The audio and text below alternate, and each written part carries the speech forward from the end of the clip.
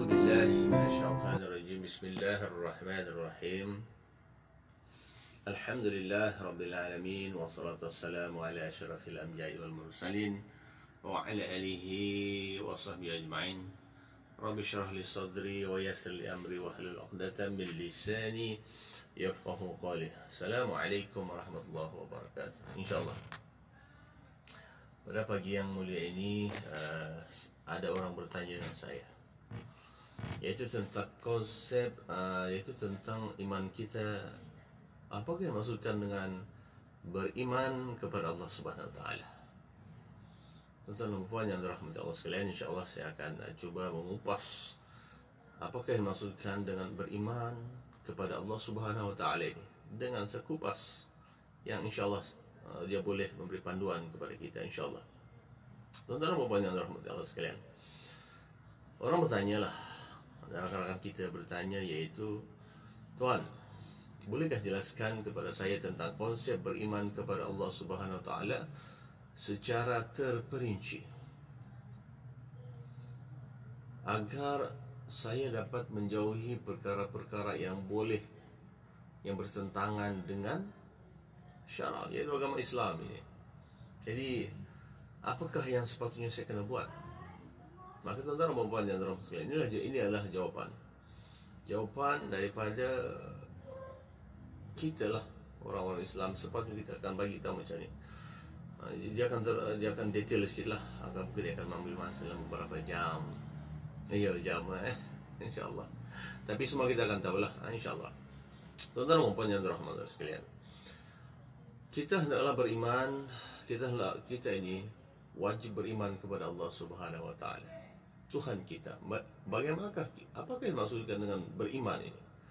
Yaitu kita menanamkan sepenuhnya keyakinan. Kita yakin tentang wujudnya Allah Subhanahu Wa Taala. Kita yakin adanya Allah Subhanahu Wa Taala. Allah ni wujud, Allah ni ada.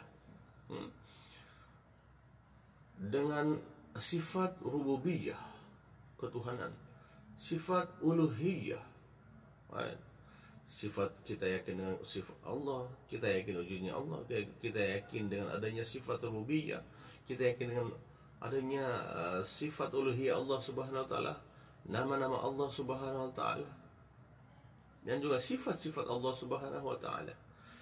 Jadi syarat untuk beriman kepada Allah Subhanahu Wa Taala ini merangkumi 4 perkara, tuan-tuan dan puan. Ada 4 perkara. Yang pertamanya adalah kena beriman kepada kewujudan Allah Subhanahu Wa Taala. Kita kena yakin Allah itu maha wujud, sebagaimana wujudnya kita ini.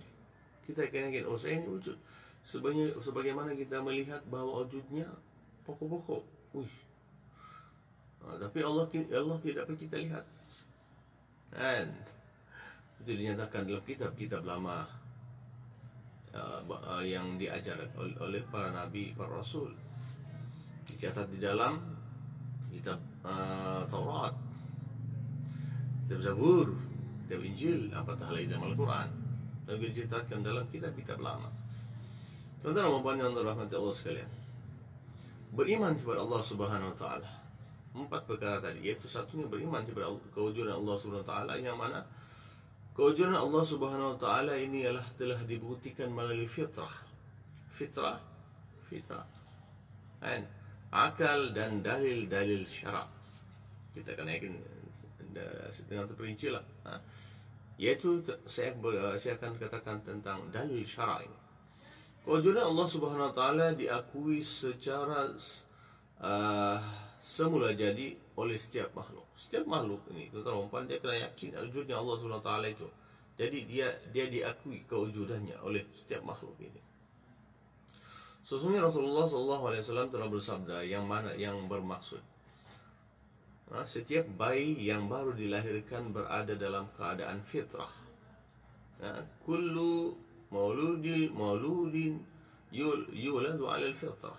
Setiap yang baru dilahirkan ini adalah fitrah, suci bersih, yaitu dalam keadaan Islam, beragama Islam lah.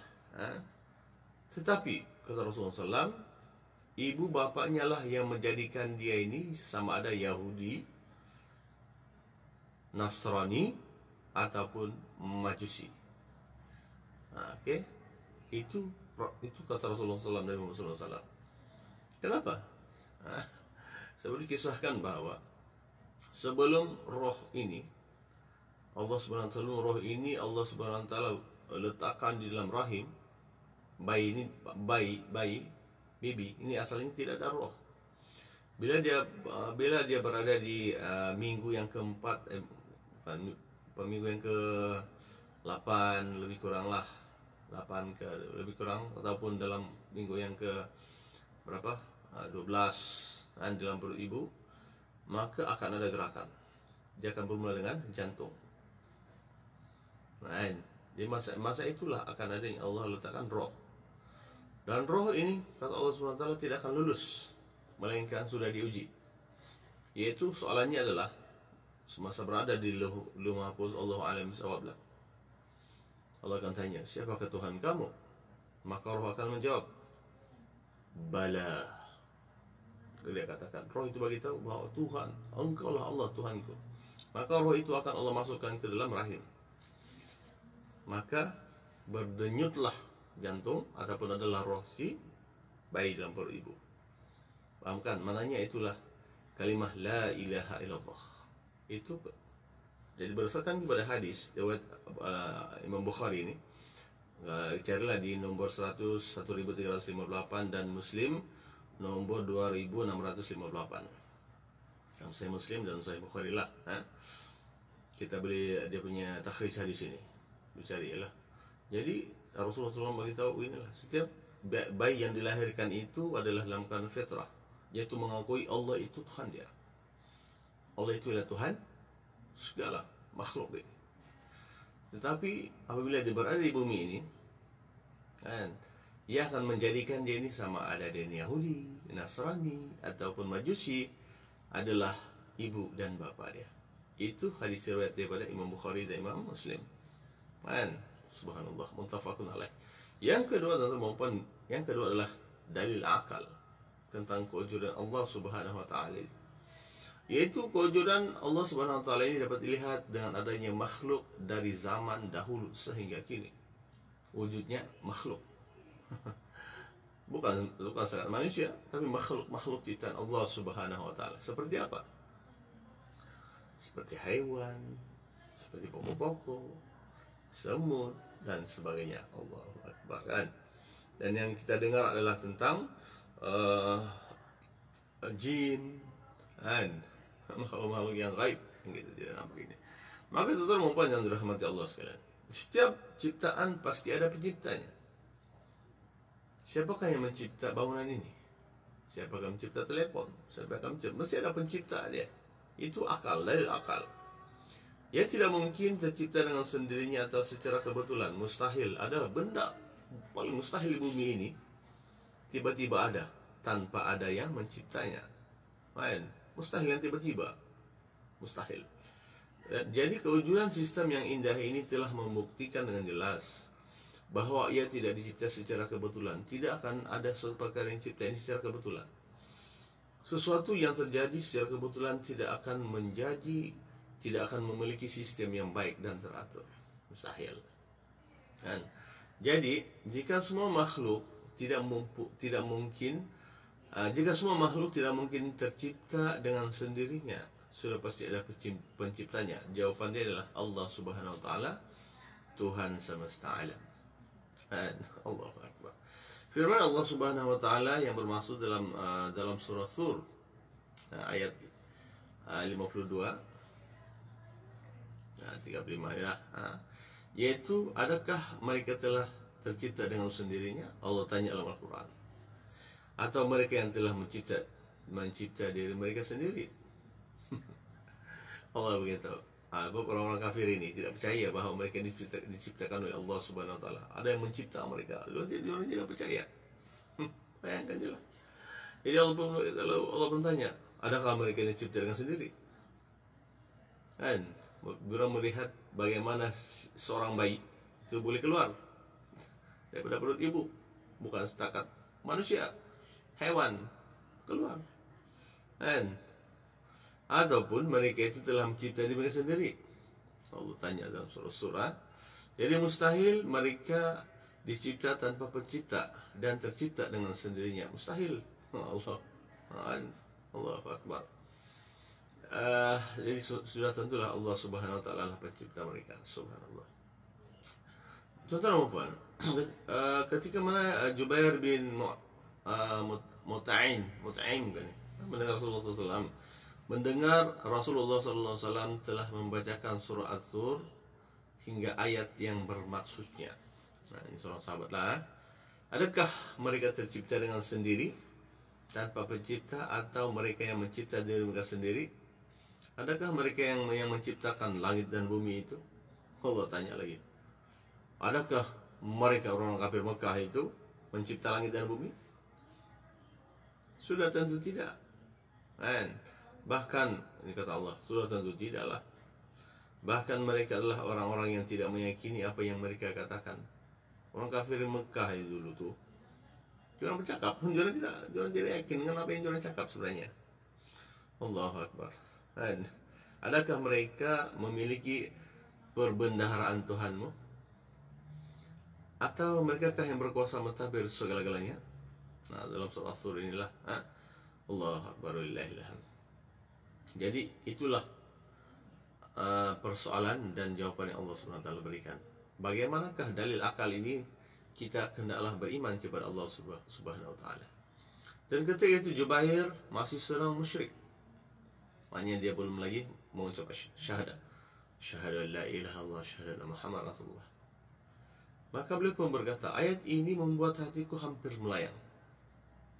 Nah, ketika ini Jubair masih belum mau memeluk agama Islam, dan bila dia mendengar Rasulullah SAW membaca ini, dia beritahu, hati aku ini, ayat ini membuatkan hati aku hampir melayang. Ketika itulah cahaya keimanan mula bertapak dalam hatiku. Ini Sahih Bukhari.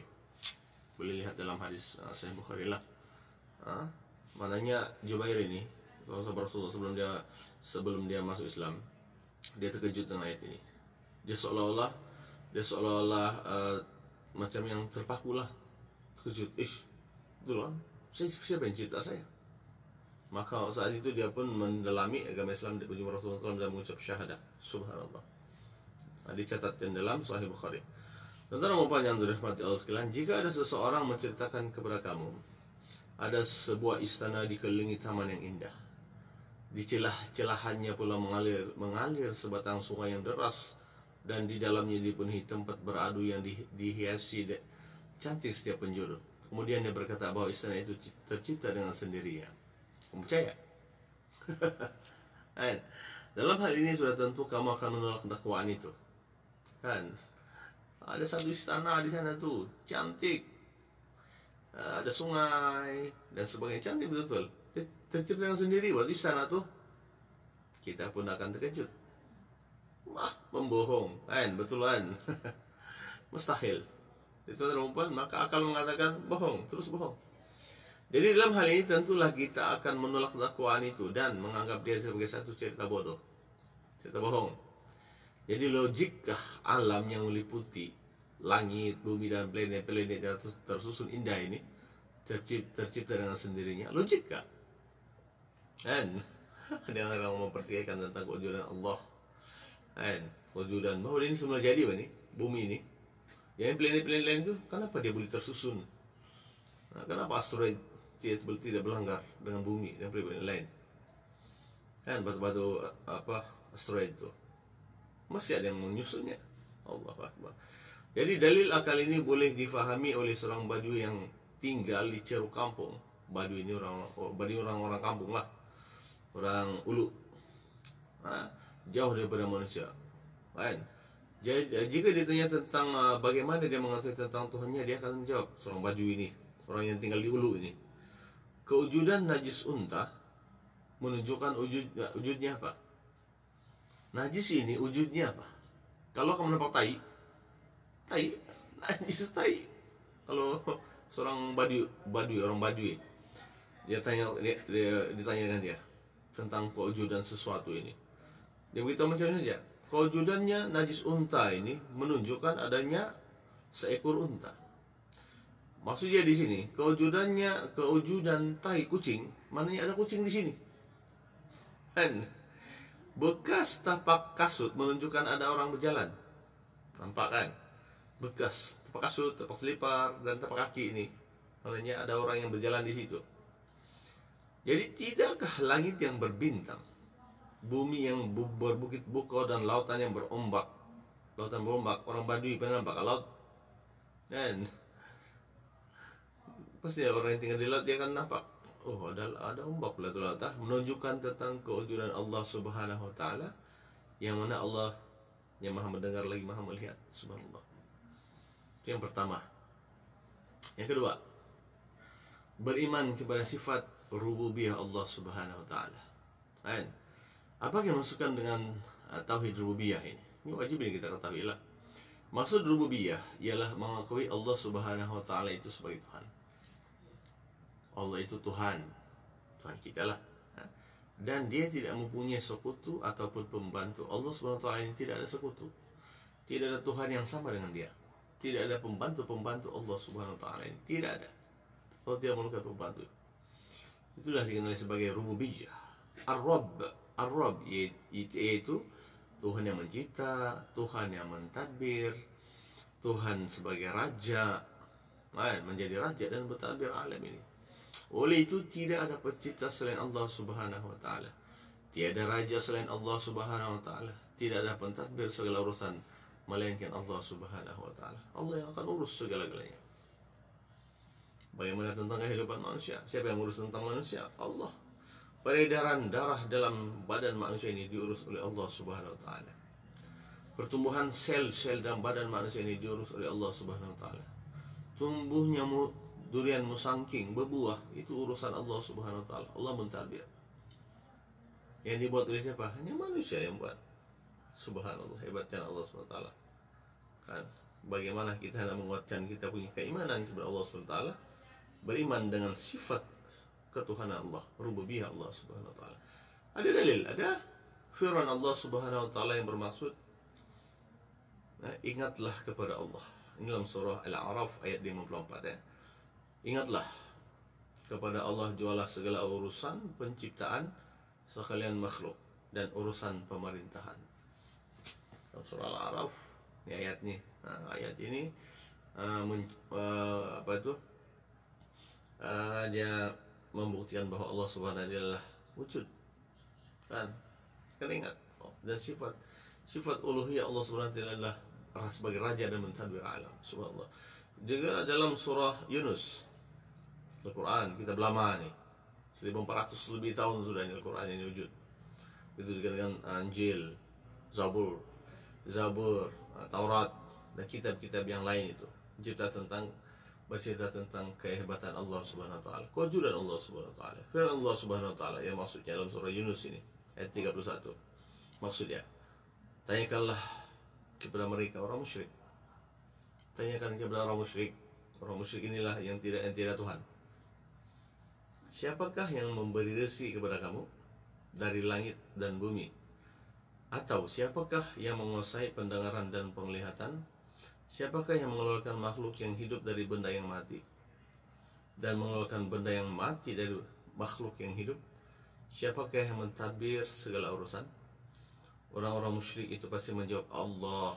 Allah ni orang musyrik ini kalau di Mekah dulu jurang ni ada juga jurang sebut tentang Tuhan Ar-Rahman, disebut Ar-Rahman kan. Allah lah yang menguasai segalanya. Itu jawapan mereka. Ar-Rahmanu 'alal 'arsy istawa. Subhanallah. Allahu ataupun begitulah. Allah yang menguasai segala-galanya. Itu kata orang-orang musyrik. Orang musyrik ini kan, ini tidak ada agama. Bangun malam, bangun pagi, tidak Tuhan. Tidak mau dibuat. Tidak mengajar tentang ibadah-ibadah ini. Kalau orang Islam bangun subuh, berzikir kepada Allah SWT sampai matahari, kemudian mencari rezeki pun beribadah kepada Allah SWT. Tengah hari zuhur, kemudian beribadah kepada Allah SWT, ibadah. Semua perbuatannya ibadah. Bekerja pun ibadah. Dan subhanallah. Oleh itu, orang musyrik ini tuan-tuan, melalui Al-Quran inilah, ayat Al-Quran dalam surah Yunus ini, bahwa kita orang mukmin tanya dengan mereka, orang Islam tanya dengan mereka, siapa yang bagi kamu rezeki? Tanya, mesti ini Allah suruh tanya nih. Orang musyrik, orang yang tidak ada Tuhan ini, siapa yang memberi kamu rezeki daripada langit yang melanyang malah hujan dan angin, apalagi air, matahari, itu adalah rezeki. Dan bumi ini banyak tumbuhan, durian, padi, air, yang kita melihat, itulah rezeki yang ada. Atau siapakah yang menguasai pendengaran dan penglihatan? Tanya kepada musyrikin. Allah suruh, siapakah yang menguasai pendengaran? Pendengaran tentang perempuan, dia menggunakan telinga. Orang bercakap dengan telinga. Ataupun penglihatan, mata. Siapakah yang menguasai? Maknanya di sini Allah tanya, Allah suruh tanya orang Islam, orang mukmin kepada orang-orang yang musyrik.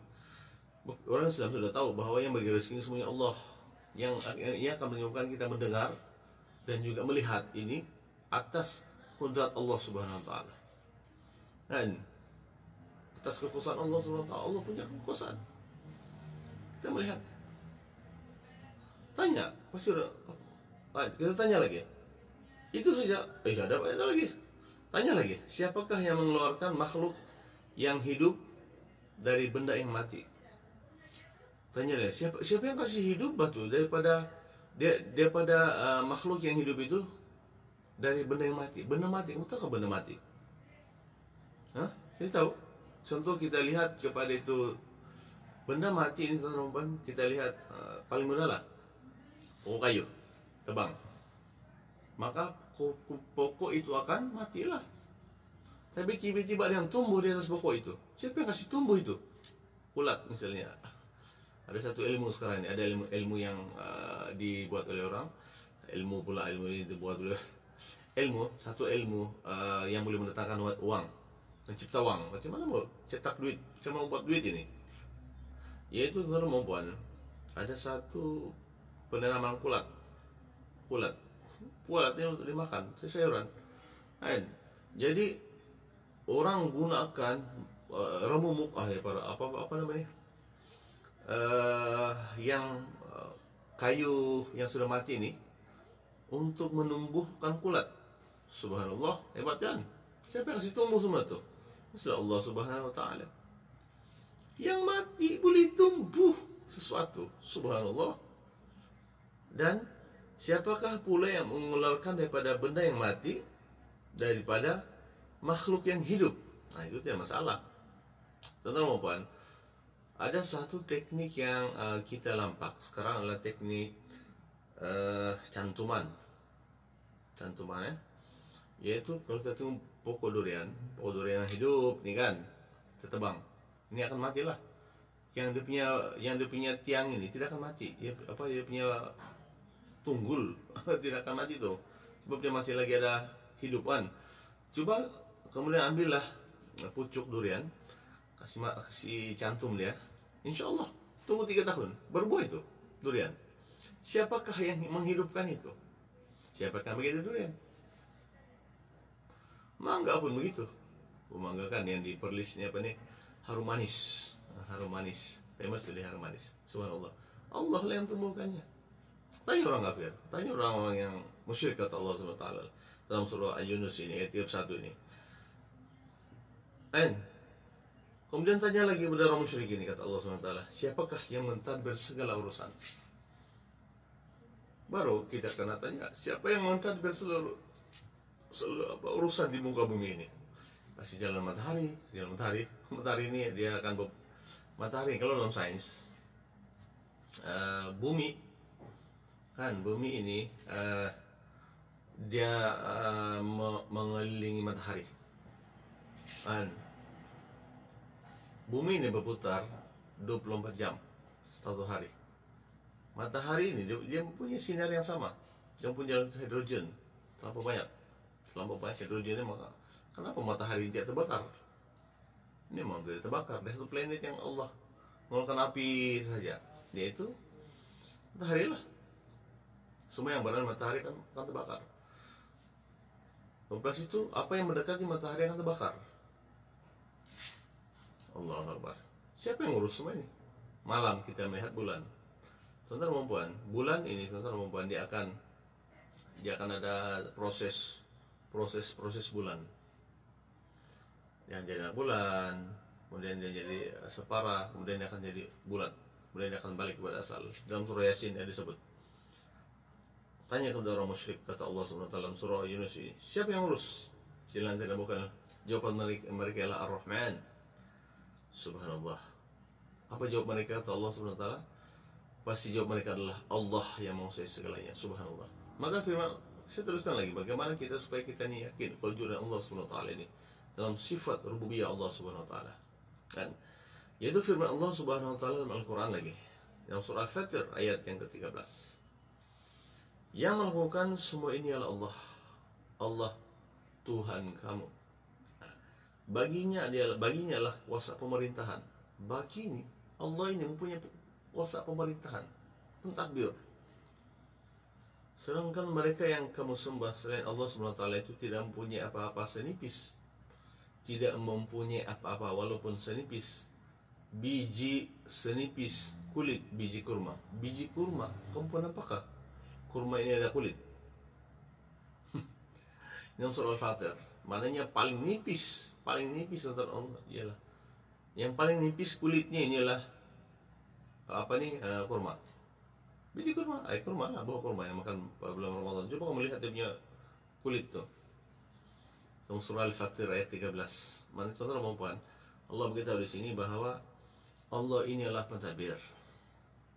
Sebenarnya menguatkan iman kita kan. Kewujudan Allah SWT ini baginya pemerintahan. Allah memerintah dengan Allah berada di Arsy Istawa, di Arash. Diceritakan bahwa Arash Allah Subhanahu wa taala ini malaikat yang paling kuat adalah malaikat Jibril, mempunyai 600 sayap sebelah kiri, 600 sayap sebelah kanan, 1200 sayap. Kita lihat burung, tipe-tipe piting burung pun laju kita nampak. Apa burung paling laju? Kan burung yang berpindah laju. Tapi malaikat yang punya 1200 sayap, malaikat Jibril. Bila Jibril memohon kebenaran kepada Allah SWT untuk terbang mengelilingi ataupun dari hujung ke hujung Arash ini, pemerintahan tempat pemerintahnya Allah SWT ini, sampai dia penat terbang, tuan-tuan, berhenti. Jibril pun tanya kepada Allah SWT, ya Allah, sesungguhnya aku telah terbang dan aku telah merasa penat, aku mau berhenti. Di mana sudah saya ini? Saya di mana sudah ini? Dalam Arash Allah SWT. Allah pun bagi tahu, ketahuilah Jibril, kau sudah terbang, kau rasa sudah penat kan? Sebenarnya belum sampai separuh lagi itu Arash Allah SWT. Terkejut kita teman-teman. Hebat Allah SWT, hebat. Itu malaikat paling hebat, Jibril, subhanallah. Maka di sini Allah SWT beritahu dalam surah Al-Fatir ini, baginya segala kuasa pemerintahan. Dalam Arash Allah pun sudah perintahkan. Apatah lagi sistem solar. Sistem solar. Sistem solar menanya Bima Sakti ini saja. Bima Sakti. Banyak lagi sakti-sakti yang lain. Galaksi-galaksi lain kan, itu diperintah oleh Allah Subhanahu wa taala. Leksi jawab Allah kan. Itu namanya sifat rububiyah Allah. Kemudian sedangkan mereka yang kamu sembah, kata Allah Subhanahu wa taala, di bumi ini ada yang tidak mau sembah Allah Subhanahu wa taala. Subhanallah. Yang mana kata Allah Subhanahu wa taala, kan? Yang disembah itu ialah yang tidak mempunyai apa-apa pun. Yang disembah itu macamnya patung. Kita lihat ada manusia yang menyembah patung semuanya kan, dan sebagainya. Padahal mereka itu tidak mempunyai apa-apa walaupun senipis kulit biji kurma. Subhanallah. Tidak apa-apa pun kata Allah SWT. Paling nipis itulah biji kurma, kulit kurma nih, buah kurma ini, subhanallah. Yang ketiga, bagaimana kita hendak meningkatkan keimanan kita kepada Allah Subhanahu wa taala. Yang ketiga, kita hendaklah beriman dengan yakin tentang sifat uluhiyah Allah. Apakah maksud sifat uluhiyah ini? Allah, kita mengakui bahwa Allah Subhanahu wa taala inilah Tuhan sebenar yang berhak disembah dan tiada sekutu bagi Allah Subhanahu wa taala. Tiada sekutu maksudnya sini yang tidak ada yang setara dengan Allah Subhanahu wa taala, tidak yang sama dengan Allah Subhanahu wa taala lah. Maka al-ilah, yaitu Tuhan yang disembah. Al-ilah ini Tuhan yang disembah, dicintai dan diagungkan. Wajib kita menyembah Allah, mencintai Allah, mengagungkan Allah Subhanahu wa taala. Subhanallah, subhanallah, subhanallah, itu mengagungkan, diulang-ulang zikir. Dan ia merangkumi maksud la ilaha illallah, yaitu tiada Tuhan yang berhak disembah melainkan Allah Subhanahu wa taala. Subhanallah. Bahkan firman Allah Subhanahu wa taala tentang ilahiyah, sifat-sifat ilahiyah, itu menyembah Allah Subhanahu wa taala, tiada Tuhan melainkan Allah Subhanahu wa taala. Firman Allah Subhanahu wa taala, yang maksudnya dalam surah Al-Baqarah ayat yang ke-60 163 inilah, Tuhan kamu Tuhan yang satu, ilahukum ilahu wahid, dan tidak Tuhan melainkan Dia, tidak Tuhan melainkan selain Dia. Dia Maha Pemurah lagi Maha Penyayang. Dalam surah Al-Baqarah 163 ini kan Allah Subhanahu wa taala itu hanya satu saja, tidak yang lain. Tidak Tuhan selain Allah Subhanahu wa taala. Kan Dia Maha Pemurah. Pemurah maknanya Ar-Rahman. Allah ini adalah Ar-Rahman. Allah Ar-Rahman. Allah ini Dia akan bagi apa saja kepada siapapun. Semua makhluk, musyrikah, Islamkah, semua Allah akan bagi. Yang penting kamu berusaha. Ar-Rahim, sifat rahim Allah. Rahim itu di mana? Rahim ini dimiliki oleh perempuan. Rahim kan? Yaitu dia akan menyayangi, Allah punya sifat sayang. Perempuan ini dia punya sifat sayang kepada anak-anak. Betul kan? Itulah dia perempuan. Subhanallah. Maka Allah akan sayang hanya kepada orang-orang yang beriman saja. Allah akan pilih beriman, Allah akan sayang. Subhanallah. Firman Allah Subhanahu wa taala juga yang bermaksudnya, yaitu Allah menyatakan bahwa tidak Tuhan yang berhak disembah selain Dia, yang menegakkan keadilan. Allah ini menegakkan keadilan terhadap perempuan. Para malaikat dan orang-orang berilmu mengakui dan menegaskan yang demikian. Tiada Tuhan yang berhak disembah melainkan Allah, melainkan Dia yang Maha Kuasa lagi bijaksana. Allah ini berkuasa, qudrah, bijaksana. Bijaksana ini dalam bahasa Arab itu bijaksana. Al-Alim, berilmu. Bijaksana ini Allah Akbar. Ini dalam surah Ali Imran lah, yang ayat 18. Sesiapa yang menyembah selain Allah Subhanahu wa taala, maka tauhid uluhiyahnya akan terbatal. Siapa yang menyembah selain daripada Allah Subhanahu wa taala, teman-teman, akan kita terbatalnya tauhid, akidah. Ini 3 perkara. Satu, i'tiqad dalam hati bahwa tidak Tuhan, bahwa ada Tuhan melainkan Allah dalam hati, ataupun dengan contohnya, ini yang perkara-perkara yang syirik ini dianggap betul, ataupun dengan lidah, dia mengatakan sesuatu dengan lidah yang ada Tuhan, dia bilang dia asal. Kemudian perbuatan, kita melihat dengan orang ini menyembah, itu terbatal dia punya syahadah. Maka dia kena syahadah balik, asyhadu an la ilaha illallah wa asyhadu anna Muhammadar Rasulullah. Insyaallah. Firman Allah Subhanahu wa taala ini kerana Dia adalah Tuhan yang sebenar. Semua yang mereka sembah selain Allah itu adalah palsu. Tanya palsu. Allah bagi tahu dalam surah Al-Hajj. Sesungguhnya Allah Subhanahu wa taala tinggi lagi maha besar. Maha tinggi lagi maha besar. Surah Al-Hajj ayat yang ke-62. Jadi firman Allah Subhanahu wa taala mengenai kisah Nabi Yusuf alaihissalam ketika berkata kepada 2 penghuni penjara, yang maksudnya, teman-teman, dalam surah Yusuf diceritakan bahwa Nabi Yusuf ini pernah dipenjarakan karena fitnah wanita. Kerana perempuan memfitnah dia. Seorang perempuan memfitnah seorang nabi, seorang rasul, kan? Yang dia dibuat jahat kepada seorang perempuan, dia fitnah. Maka untuk menjaga nama baik perempuan itu tersebut, Nabi Yusuf dibuang dalam penjara. Bukan dibuang, dimasukkan ke dalam penjara selama 7 tahun. 7 tahun. Maka dia bertemu dalam penjara tentang perempuan. Diceritakan tentang Nabi Yusuf ini ada, dia punya kawan. Kawan dia, jadi diceritakan di sini dalam surah Yusuf tentang tauhid uluhiyah ini. Ini para nabi dia membawa uluhiyah ini. Semua para nabi. Daripada Nabi Adam, manusia pertama kan, sampailah kepada orang yang Rasul terakhir Nabi Muhammad SAW membawa tauhid uluhiyah ini. Wahai sahabatku, kata Nabi Yusuf alaihissalam. Wahai sahabatku, wahai kawan-kawanku dalam penjara ini. Wahai dua orang sahabat sepenjaraku. Manakah yang lebih baik? Tuhan yang pelbagai atau Allah yang Maha Esa, Allah yang Esa lagi Maha Perkasa? Apakah yang kamu sembah selain daripada Allah?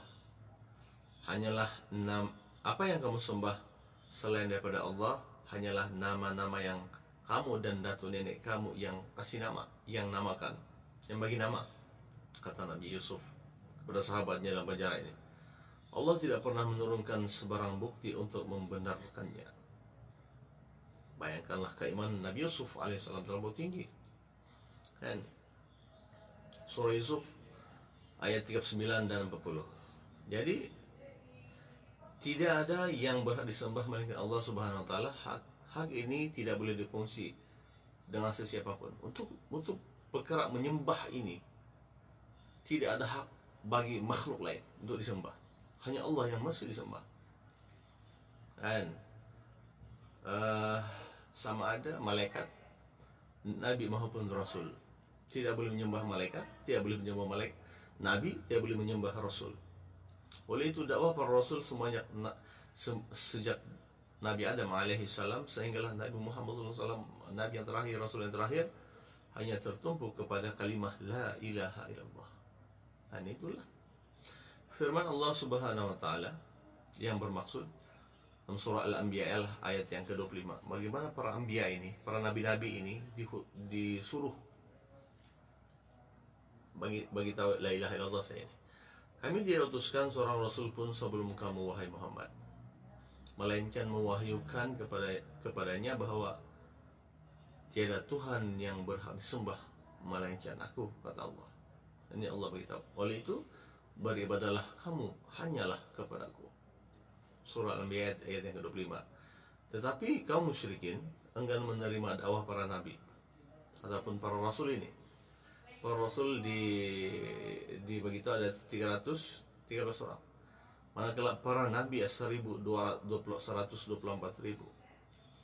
orang nabi. Dalam Al-Quran cuma 25 sajalah. Mereka terus mensyirikkan Allah Subhanahu wa taala dan meminta pertolongan kepada Tuhan ciptaan mereka. Nauzubillah. Kita jangan ikutlah. Untuk menguatkan lagi iman kita kepada Allah Subhanahu wa taala, yang keempat adalah beriman kepada nama dan sifat-sifat Allah. Beriman kepada nama dan sifat-sifat Allah Subhanahu wa taala ialah meyakini semua nama dan sifatnya yang telah ditetapkan melalui Al-Quran dan As-Sunnah, mengikut cara yang layak dengan keagungan Allah Subhanahu wa taala tanpa sebarang tahrif ataupun perubahan. Ta'til, penafian, takyif, bertanya bagaimana, dan tamthil, menyamakan dengan makhluk. Firman Allah Subhanahu wa taala yang bermaksud dalam surah Al-A'raf ayat 180 ini, Allah mempunyai nama-nama yang baik. Allah ini yang mempunyai nama Asma'ul Husna. Asma'ul Husna, nama-nama yang baik. Oleh itu berdoalah kepadanya dengan menyebut nama-nama itu. Kita berdoa.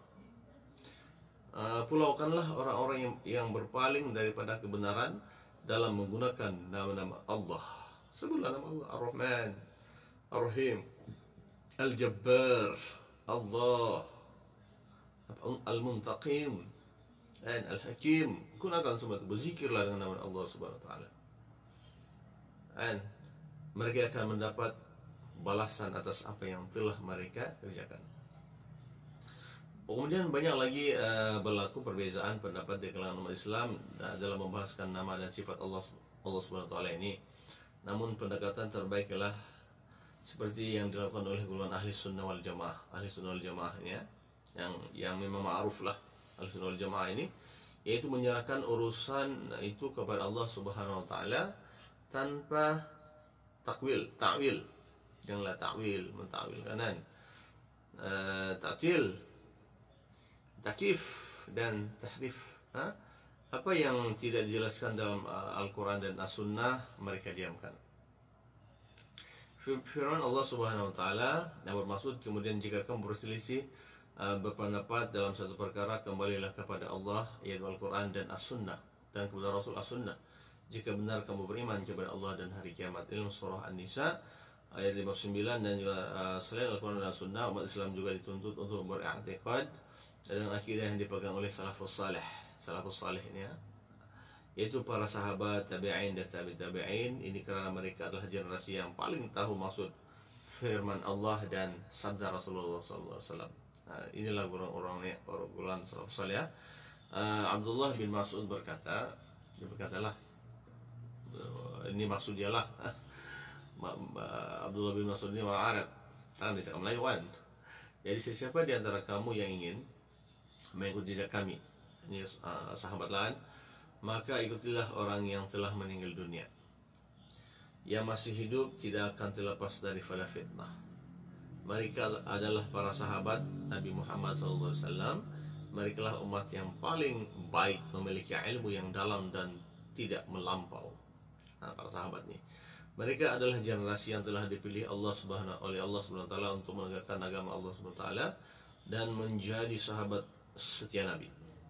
Kenalilah kedudukan mereka dan berpeganglah pada petunjuk mereka, karena mereka berada di atas jalan yang lurus. Itulah para sahabat. Sesiapa yang menyimpang daripada manhaj mereka, dia telah tersasar dari jarak langkah orang-orang yang beriman. Mereka akan mendapat siksa di akhirat kelak. Allah Akbar. Alhamdulillah. Firman Allah Subhanahu wa taala yang bermaksud, siapa yang menentang ajaran Rasulullah lah, sesudah jelas padanya kebenaran yang dibawanya, dan mengikut jalan selain daripada jalan orang-orang beriman, kami akan membiarkannya dalam kesesatan itu, dan pada hari kiamat kelak,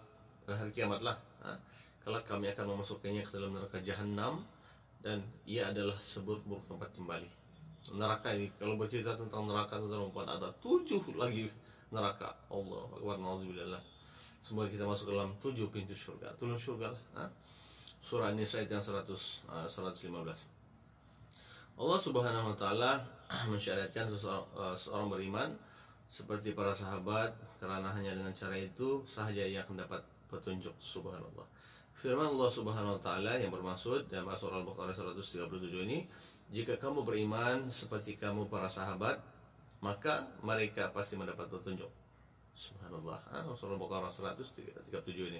Keimanan dan nama sifat-sifat Allah Subhanahu wa taala menuntut kita menjauhi 4 perkara, yaitu tahrif, ta'til, tamsil dan takyif Allah Subhanahu. Allahu Akbar.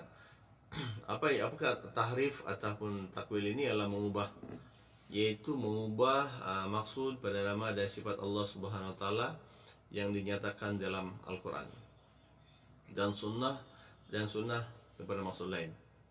Contohnya mentafsirkan tangan dalam Al-Quran dengan makna ni'mat ataupun kekuasaan. Allahu Akbar.